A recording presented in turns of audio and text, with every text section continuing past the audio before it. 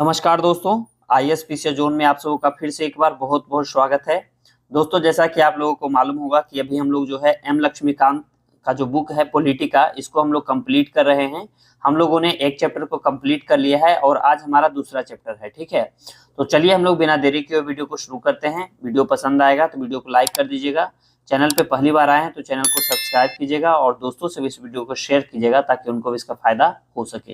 ठीक है, आप कोई भी एग्जामिनेशन की तैयारी कर रहे हैं दोस्तों, आप हमसे एक बार पॉलिटी जरूर पढ़िए। ठीक है, फिर आपका पॉलिटी में एक भी प्रश्न नहीं छूटेगा, चाहे वो यूपीएससी लेवल का हो, चाहे स्टेट पीसीएस लेवल का हो या कोई और भी एग्जामिनेशन हो, वहां पे आपका एक भी प्रश्न पॉलिटी से नहीं छूटेगा। ठीक है, तो दूसरा जो हमारा टॉपिक है दोस्तों, यह है संविधान का निर्माण, यानी कि making of the constitution. Okay, तो सबसे पहले हम बात करेंगे संविधान के गठन का। ठीक है ना, तो संविधान के गठन का विचार जो है 1934 में सबसे पहले एम एन रॉय ने रखा। किसने रखा? एम एन रॉय ने 1934 में संविधान गठन का विचार रखा।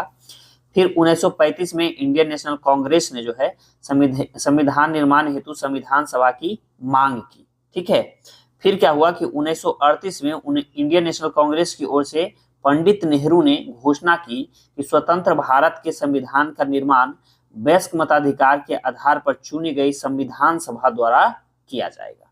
ठीक है, ये जो है किसने घोषणा किया? ये किए पंडित नेहरू ने किया। ठीक है, इंडियन नेशनल कांग्रेस की ओर से। फिर जो है नेहरू ने इस प्रस्ताव को ब्रिटिश सरकार, नेहरू के इस प्रस्ताव, ये जो प्रस्ताव नेहरू जी रखे थे, पंडित नेहरू जी, तो इस प्रस्ताव को ब्रिटिश सरकार ने जो है स्वीकार किया। ओके, और इसे 1940 में जो है अगस्त प्रस्ताव के नाम से जाना गया। ओके, तो फिर अगस्त प्रस्ताव के नाम से इसको जाना गया।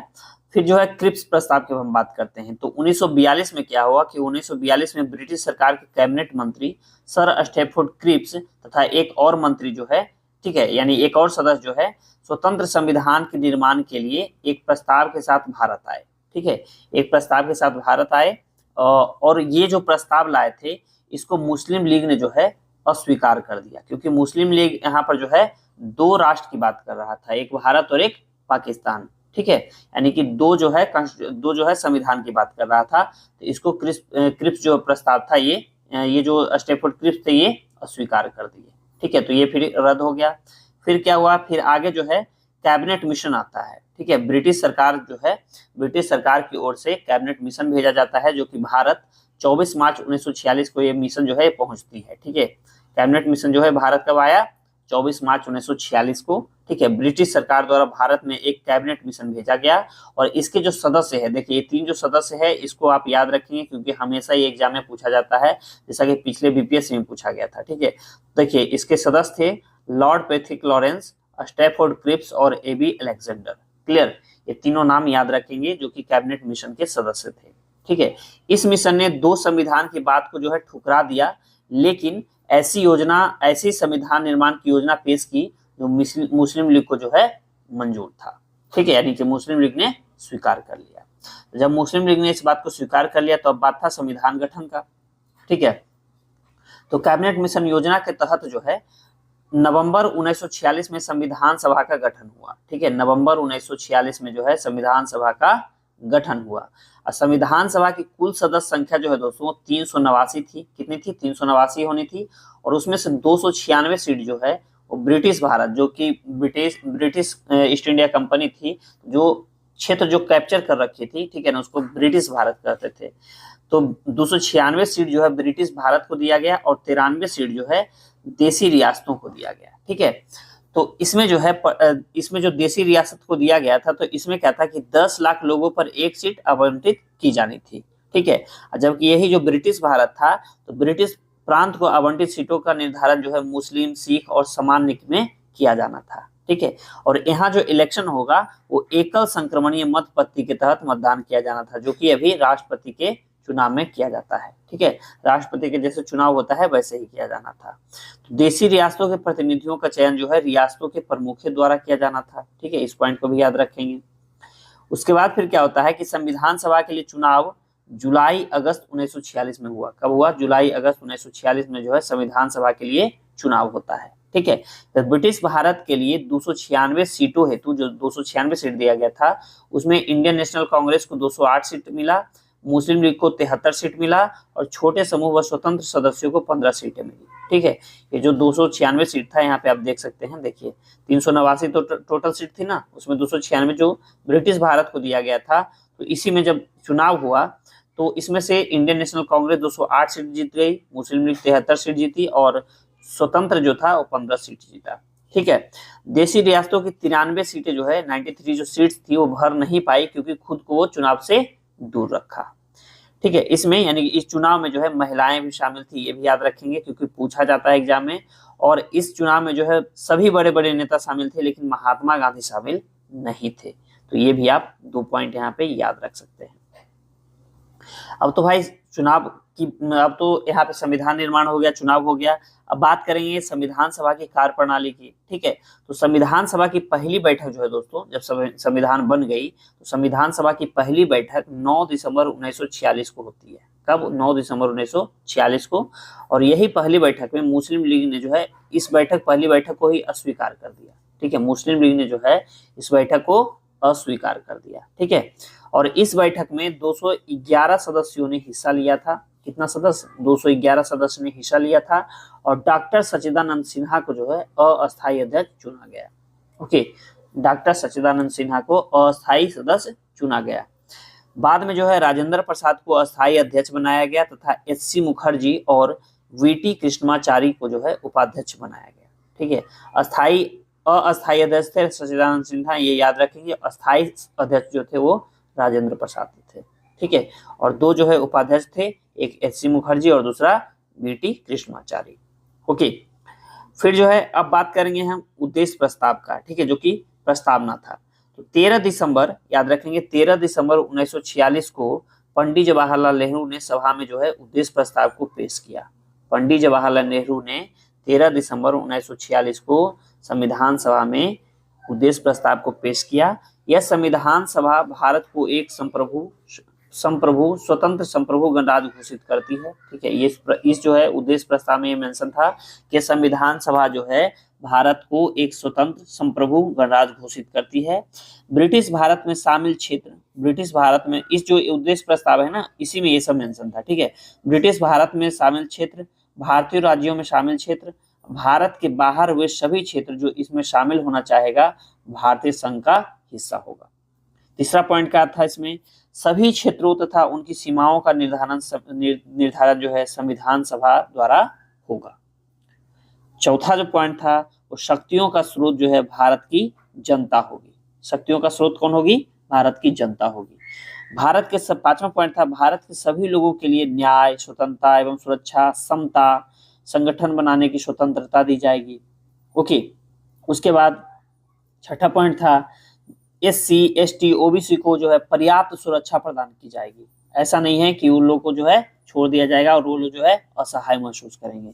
तो एससी, एसटी और ओबीसी को विशेष ध्यान दिया जाएगा। और संघ की एकता और भू क्षेत्र, समुद्र और वायु क्षेत्र को सुरक्षा किया जाएगा। ठीक है, इस प्राचीन भूमि को जो है विश्व में उसका स्थान एवं अधिकार दिलवाया जाएगा। ये सब मेंशन कहा था उद्देश्य प्रस्ताव में। ठीक है, इस प्रस्ताव को 22 जनवरी 1947 को जो है सर्वसम्मति से स्वीकार कर लिया गया और इसमें कुछ परिवर्तन किया गया और इसके परिवर्तित रूप से जो है संविधान की प्रस्तावना बनी, यानी कि प्रियम्बल बनी। ठीक है, चलिए अब बढ़ते हैं हम लोग आगे। स्वतंत्रता अधिनियम 1947 द्वारा क्या क्या परिवर्तन किया गया देखते हैं। तो सभा को जो है पूरी तरह ध्यान रखेंगे, सभा को पूरी तरह संप्रभु निकाय बनाया गया जो स्वेच्छा से कोई भी संविधान बना सकती थी। ठीक है, देखिए स्वतंत्रता अधिनियम द्वारा जो है स्वतंत्रता अधिनियम आया था 1947 में। तो इसके तहत जो है संविधान को, सभा को जो है, ये जो सभा था इसको पूरी तरह संप्रभु निकाय बनाया गया जो स्वेच्छा से कोई भी संविधान बना सकती थी। ठीक है, संविधान सभा एक विधायिका भी बन गई तथा 2 कार्य सौंपे गए। संविधान सभा को जो है 2 कार्य सौंपा गया। पहला काम था स्वतंत्र भारत के लिए संविधान बनाना और दूसरा काम था देश के लिए आम कानून लागू करना। ठीक है, इस प्रकार जो है संविधान सभा स्वतंत्र भारत की पहली संसद बनी। याद रखेंगे, इस प्रकार जो है संविधान सभा स्वतंत्र भारत की पहली संसद बनी। ठीक है, यदि आपसे पूछ लिया जाएगा कि स्वतंत्र भारत की पहली संसद कौन थी, तो वह थी संविधान सभा। ठीक है, अब हम बात करेंगे संविधान सभा के अन्य कार्य क्या सौंपे गए थे संविधान सभा को। तो इसको सौंपा गया था कि 1949 में राष्ट्रमंडल में भारत की सदस्यता का सत्यापन किया गया।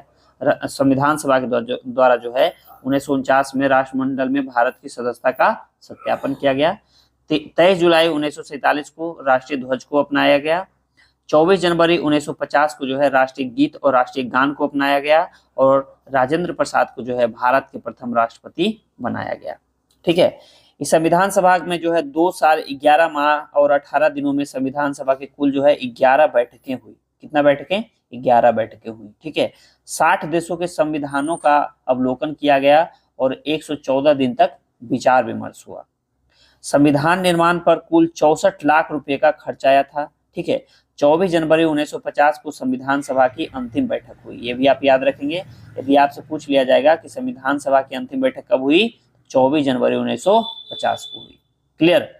संविधान सभा की समितियां की बात कर लेते हैं, क्योंकि समिति से भी प्रश्न पूछा जाता है। तो यहाँ पे मुख्य जो है बड़े बड़े 8 समिति थे, बाकी सब छोटे समिति थे। ठीक है, तो बड़े बड़े समिति से ये प्रश्न पूछा जाता है। तो देखेंगे, पंडित जवाहरलाल नेहरू के पास जो है तीन समिति दिया गया था, संघ शक्ति समिति, संघीय संविधान समिति और राज्यों के लिए समिति। ये तीनों जो समिति है दोस्तों, वो पंडित जवाहरलाल नेहरू को दिया गया।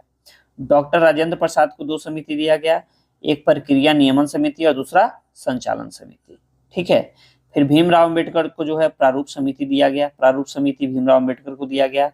प्रांतीय संविधान समिति जो है वो सरदार वल्लभ भाई पटेल को दिया गया और मौलिक अधिकारों, अल्पसंख्यकों एवं जनजातियों तथा बहिष्कृत क्षेत्रों के लिए सलाहकार समिति जो है ये भी सरदार पटेल को ही दिया गया। ठीक है, और ये सब समिति का जो है दोस्तों कुछ उप समितियां भी थी। ठीक है, इसके अंतर्गत कुछ 5 उप समितियां थी, जैसे कि मौलिक अधिकार उप समिति जेबी कृपलानी के पास था, अल्पसंख्यक उप समिति एचसी मुखर्जी के पास था। ठीक है, उत्तर पूर्व सीमांत जनजातीय क्षेत्र असम को छोड़कर तथा आंशिक रूप से छोड़े गए क्षेत्र जो है उसके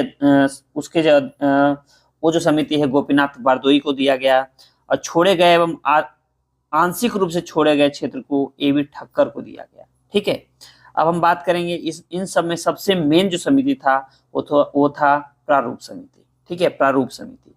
तो प्रारूप समिति जो है संविधान सभा की सबसे महत्वपूर्ण समिति थी और इसका गठन जो है दोस्तों 29 अगस्त 1947 को किया गया। नए संविधान का प्रारूप तैयार करने की जिम्मेदारी किसकी थी? ये प्रारूप समिति की थी। ठीक है, इसमें 7 सदस्य थे और उसके अध्यक्ष डॉक्टर भीमराव अंबेडकर थे प्रारूप समिति का। ठीक है, प्रारूप तैयार करने में टोटल 6 माह से कम समय लिया गया। ओके, इस प्रारूप को तैयार करने में 6 माह से कम समय लिया गया, लेकिन कुल जो है इसमें 141 बैठकें हुई। 26 नवंबर 1949 को अपनाए गए संविधान में प्रस्तावना, 395 अनुच्छेद और 8 अनुसूचियां थी। ठीक है, 26 नवंबर 1949 को जो अपनाया गया था उसमें 395 अनुच्छेद, प्रस्तावना और 8 अनुसूचियां थी। ठीक है, संविधान सभा की कुछ जो है आलोचना भी हुई। जिससे आलोचना क्या हुई कि यह जो है प्रतिनिधि निकाय नहीं थी। ठीक है, यह जो है संविधान सभा प्रतिनिधि निकाय नहीं थी, क्योंकि चुनाव जो है बस वयस्क मताधिकार के आधार पर नहीं हुआ था। ठीक है, दूसरा आलोचना क्या होता है, संप्रभुता का अभाव है। यहाँ पे ये जो संविधान सभा था इसमें संप्रभुता का अभाव था, क्योंकि इसका निर्माण जो है ब्रिटिश सरकार के प्रस्तावों के आधार पर हुआ था। तीसरा इसका आलोचना क्या किया जाता है कि समय की ये बर्बादी थी, क्योंकि जरूरत से ज्यादा समय लिया गया, जबकि यूएसए के संविधान बनने में मात्र 4 माह का समय लगा था। फिर बोला गया कि कांग्रेस का इसमें प्रतिनिधित्व है। फिर बोला गया कि वकीलों और राजनीतिज्ञों का प्रभुत्व है यहाँ पे। फिर बोला गया हिंदुओं का प्रभुत्व है यहाँ पे। तो ये सब जो है संविधान सभा की आलोचना की गई। ओके, अब हम बात करेंगे आवश्यक तथ्य की, जो कि हमेशा एक छोटे छोटे एग्जाम जो होते हैं उसमें पूछा जाता है। ठीक है, तो जैसे देखिए, संविधान सभा द्वारा हाथी को प्रतीक यानी मुहर के रूप में अपनाया गया था। संविधान सभा में जो है संविधान सभा में बी एन राव संवैधानिक सलाहकार थे। संविधान सभा के संवैधानिक सलाहकार कौन थे? बी एन राव थे, जो कि कानूनी सलाहकार थे। एच बी आर अयंगर जो थे वो संविधान सभा का सचिव नियुक्त हुए थे। एल एन मुखर्जी को जो है मुख्य प्रारूपकार यानी कि चीफ ड्राफ्टमैन नियुक्त किया गया था। प्रेम बिहारी रायजादा जो है मुख्य सुलेखक थे। ठीक है, जो कि प्रवाह्यम यानी इटैलिक शैली में हस्तलिखित जो संविधान लिखने का काम किए थे वो प्रेम बिहारी रायजादा ने किया था। ठीक है, और फिर जो है मूल संस्करण का सौंदर्यीकरण और सजावट शांति निकेतन के कलाकारों ने नंदलाल बोस, फिर जो है व्यूहर राम मनोहर सिन्हा ने किया था। ठीक है, मूल संविधान के हिंदी संस्करण का जो है सुलेखन बसंत कृष्ण वैद्य के द्वारा किया गया था। ठीक है दोस्तों, तो इस प्रकार जो है हमारा दूसरा चैप्टर था। ओके, अब अगला चैप्टर हम लोग जो है तीसरे चैप्टर को कंप्लीट करेंगे। तो यह वीडियो आपको कैसा लगा कमेंट बॉक्स में बताइएगा। वीडियो पसंद आया है तो वीडियो को लाइक कीजिएगा। दोस्त चैनल पे पहली बार आए तो चैनल को जरूर सब्सक्राइब कीजिएगा और दोस्तों से भी इस वीडियो को शेयर कीजिएगा ताकि उनको इसका फायदा हो सके। चलिए मिलते हैं हम लोग नेक्स्ट वीडियो में। अपना ख्याल रखें, पढ़ाई करते रहें। जय हिंद।